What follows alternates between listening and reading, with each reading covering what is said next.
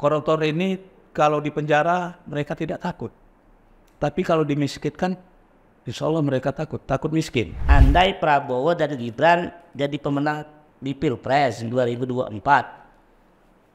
Dapat jatah menteri nih, PSI. Menteri apa kira-kira? Podcast Info Indonesia kali ini kita kehadiran dua tokoh atau kader dari Partai Solidaritas Indonesia Sumatera Selatan. Langsung saja kita berkenalan dengan Bro Novan Joni Irawan SH, Wakil Ketua DPW PSI Sumsel. Kemudian ada Bro Maizar Bahar, Wakil Ketua DPW PSI Sumsel. Selamat datang bro semuanya. Selamat datang bro. Bro Rahmat. Bro Rahmat ya. Jadi ini wakil ketua bidang apa aja nih kalau saya lihat di sini? Ini wakil ketua DPW sama-sama wakil ketua. Saya wakil ketua 1. Wakil ketua 1 bidang apa tuh bro? Bidang organisasi. Bidang organisasi ya. Kalau wakil ketua ini Bidang Bapilu.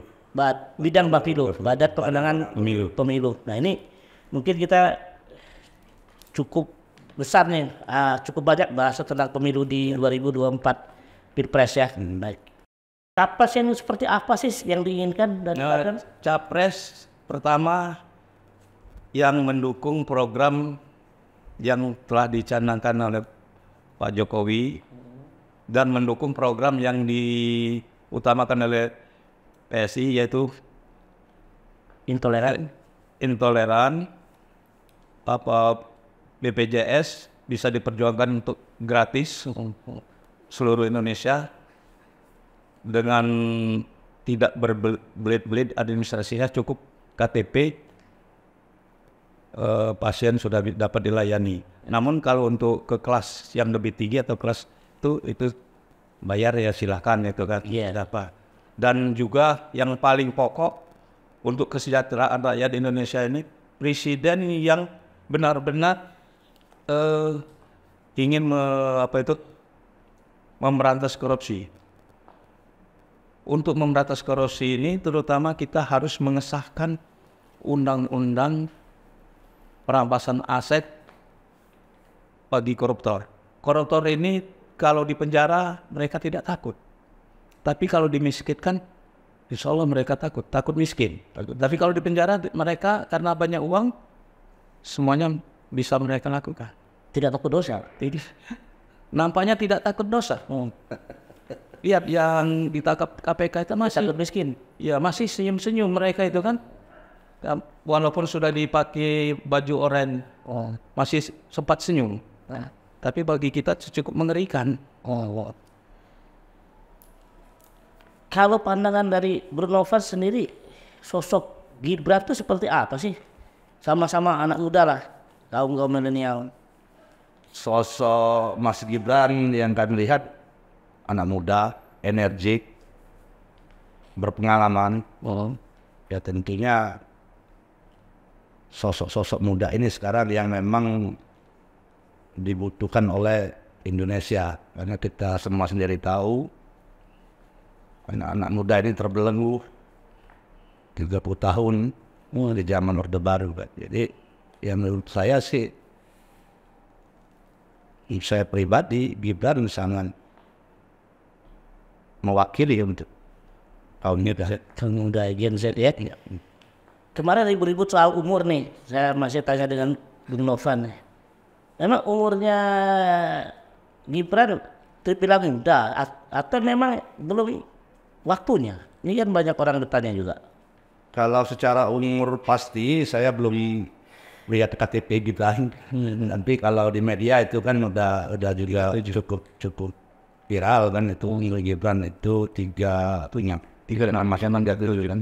Artinya gini, kalau kita beracuan ke umur, saya sepakat apa yang diputuskan oleh MK kan. Karena kita sendiri di sini kan umur 25, ada yang 24 udah menikah kan. Artinya kita kan sudah memimpin rumah tangga. Jadi untuk alasan pemimpin itu dilandasi dengan faktor-faktor usia tertentu, ya tentunya itu kurang demokrasi lah, baik secara agama maupun secara negara gitu. Kita sendiri, saya nikah umur 24 masuk 25. Umur 25 saya punya anak 1. Artinya saya udah jadi pemimpin di rumah tangga. Kenapa untuk negara kita tidak menerima gitu kan? Seperti itu. Ya.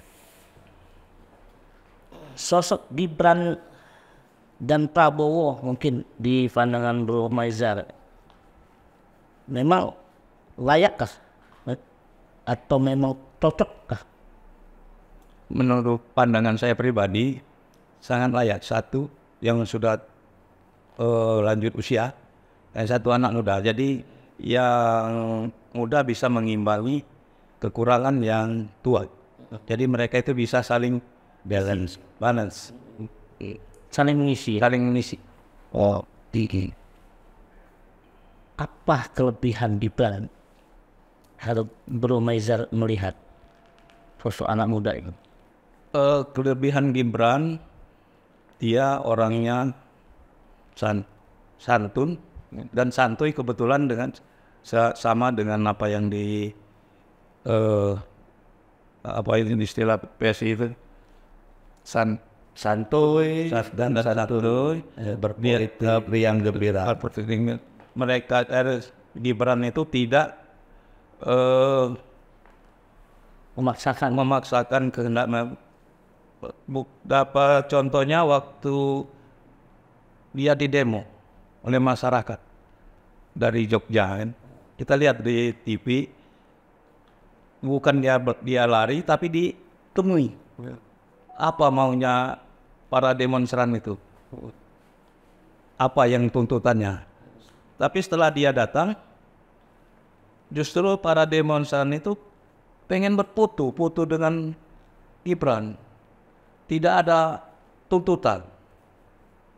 Berarti mereka itu bukan demon yang sebenarnya. Artinya itu bagian dari bentuk kemarahan Polri enggak, Bro Novan melihatnya? Saya rasa sih kembali lagi kita ke demokrasi. Semua warga negara itu berhak bersuara. Dan sekali lagi Gibran adalah sosok yang bisa mengatasi di semua lini itu. Ya benar dikatakan oleh Bro Maizar, ada yang demo, beliau terima karena memang hak masyarakat, hak warga negara untuk menyampaikan aspirasi itu. Dan Gibran itu mewakili pemimpin yang memang mementingkan masyarakat. Jadi memang sosok yang tepat lah ya. Yang sosok yang tepat.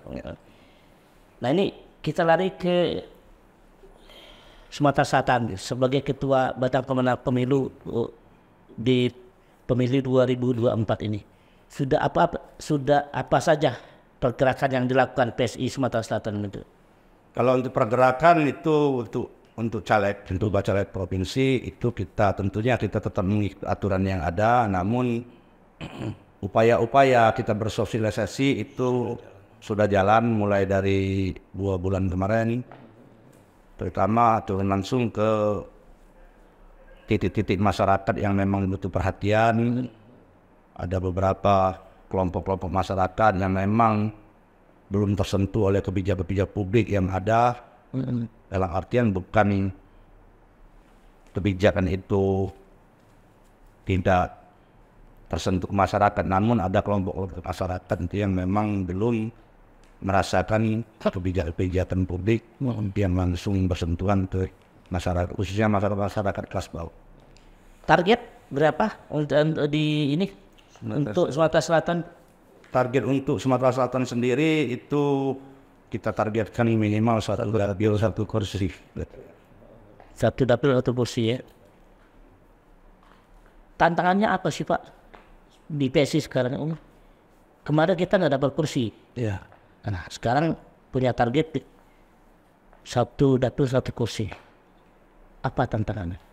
Ya, terutama tantangan karena kita ini partai baru dan partai doa apa kalau kami sering istilahkan, ya kita kurang dana kalau untuk menuruti partai-partai besar untuk money politik. Kita terpaksa turun ke lapangan, menemui konstituen yang bicara apa adanya, nanya ke masyarakat, seandainya kami nanti terpilih, apa yang harus kami perjuangkan bagi Bapak Ibu. Nah, itu sudah kami terapkan ke masyarakat. ada yang katanya tolong perjuangan jalan kami. Iya. Kemudian Ada juga yang minta fasilitas di lingkungan mereka dipenuhi. Ada yang belum ada air bersih kayak tadi. Nah, itu kami tampung dan insya Allah kalau kami jadi, kami akan perjuangkan itu. ini PSI sekarang terasa berbeda dengan sebelumnya. Apalagi sekarang dipimpin oleh anak muda, Kaisang Pangarep. Semangat apa atau perubahan apa yang dirasakan para kader ini sejak dipimpin oleh Kaisang? Sebenarnya kalau untuk semangat ya jelas semangat maju. Ya. Jadi semangat Indonesia maju gitu. Bukan untuk perubahan kan. Jadi semangat Indonesia maju itu semangat anak muda itu yang buat efek Kaisang efek kalau kami bilang. Jadi sosok baru ketemu kami ini sosok yang supel, sosok yang riang gembira. Makanya salah satu ucapan beliau, berpolitiklah dengan riang gembira, berpolitiklah dengan santuy dan santun. Baik. Jadi untuk efek Kaisang sendiri sangat terasa. Umumnya di Sumatera Selatan itu anak-anak muda terbukti kemarin waktu pasca Kaisang jadi ketum 2 hari itu kurang lebih 13.000 ya. Yang orang mendaftar online masuk. Itu kami lihat dari KTP mereka itu rata-rata anak muda. Anak muda ini. Jadi semangat anak muda itu memang luar biasa. Sesolid apa sih Partai Solidaritas ini saat ini? Kalau dibilang solid sesuai dengan nama jargon kami, solidaritas itu sangat solid, sangat solid, terutama di antar sesama kader, antar sesama caleg itu sangat solid. Maka partai lain itu iri kalau masalah solid, karena kami gini, untuk pemenangan kami misalnya dapil tertentu itu ada 6-7 caleg itu bergerak semua. Jadi kami tidak melihat siapa yang mau dulu, siapa nanti yang akan jadi. Kami solidaritas bergerak semua. Yang penting target satu kursi. Kondisi politik di Sumatera Selatan sendiri sudah Anda rasakan seperti apa, Bung Maizal? Kalau kondisi politik di Sumatera Selatan ini saya rasakan masih belum begitu bergerak, masih biasa-biasa saja. Untuk caleg-caleg partai lain sama dengan kami, masih sebatas sosialisasi, pasang banner, pasang stiker. Tidak ada istilah yang sikut kiri sikut kanan itu belum terasa. Namun bagi kami sikut kiri itu sangat pantangan, bagi dilarang oleh ketum kami. Ketumnya? Iya, kalau kita kena sikut orang minggir, jangan dibalas sikut juga. Itu contoh si ada caleg senior Ade Armando kena sanksi oleh ketum kami karena dia Sering menyalahkan partai lain, terutama PDIP yang sering disindir oleh ketum Ade Armando. Dan alhamdulillah Ade Armando juga manut dengan ketum.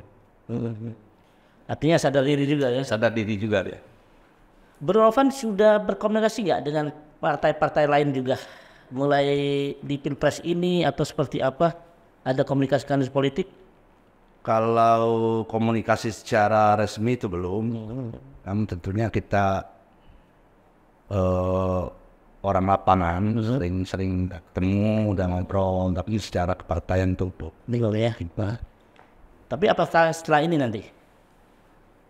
Dan akan ada perintah dari DPP itu untuk strategi pemenangan baik untuk si partai Pilpres maupun di Pileg, tentunya nanti akan diagendakan mungkin kan oleh DPP, dan kita akan tegak lurus ke situ.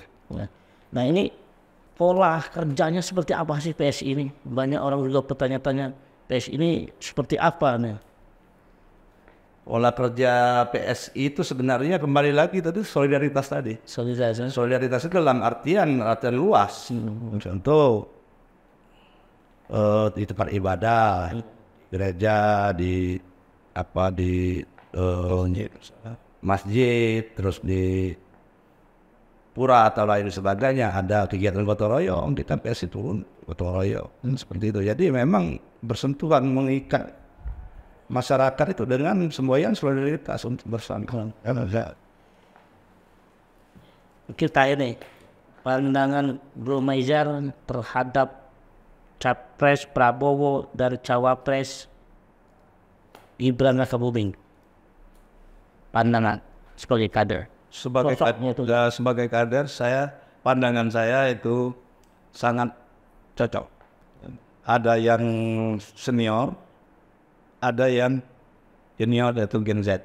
Jadi yang senior bisa membimbing untuk membimbing yang junior, di mana nanti yang junior umpama ada, karena dia ini terlalu domplang usianya kan, mungkin kalau presidennya tidak bisa hadir karena mungkin jauh atau sebagainya, bisa ke yang anak muda untuk menjalankan. Lebih apa namanya? Lebih ini kuat ya? Iya. Pandangan Bro? Untuk apa nih bro Ahmad. Prabowo dan Gibran. Jadi dua sosok ini sebenarnya mewakili rakyat yang ada di Indonesia, gitu kan. Satu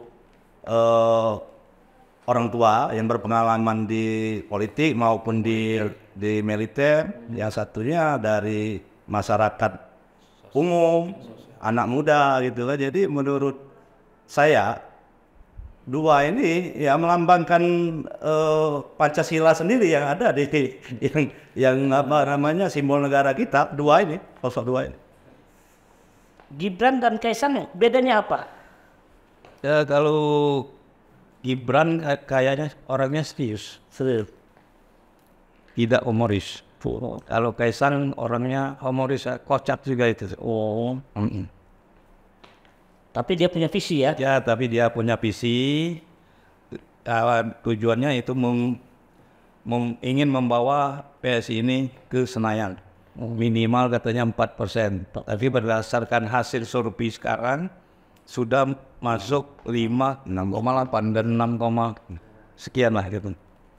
Persentase itu ada kemajuan ya? Ya, dari 7 survei. Bro Novan, ini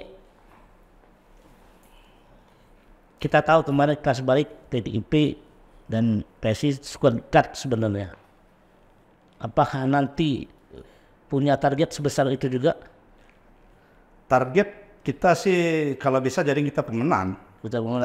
Target politik itu pemenang.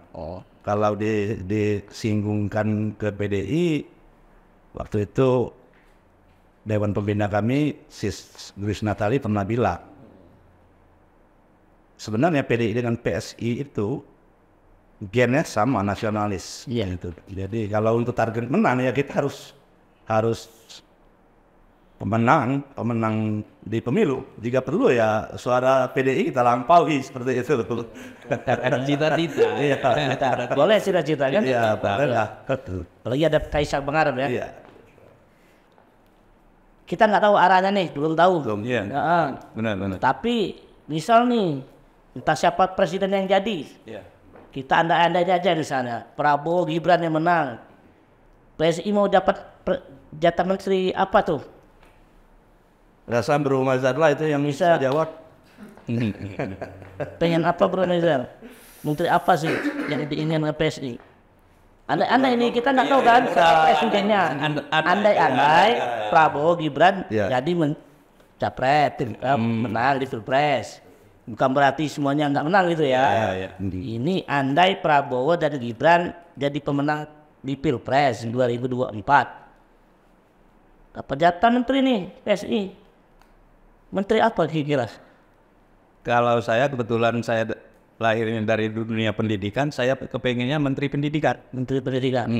Karena pendidikan itu sangat merupakan dasar untuk kita lebih maju. Kalau dapat 2 kursi, dapat menteri, apalagi satu lagi? biar lebih energi anak muda, saya pinginnya di Menteri Pemuda dan Olahraga. Biar lebih energik lagi kan, biar lebih sehat anak muda Indonesia. Baik, itu pesan-pesan yang disampaikan dari Bro Maizar dan Bro Novan di podcast Info Indonesia kali ini. Kami akhiri dengan Assalamualaikum warahmatullahi wabarakatuh. Waalaikumsalam.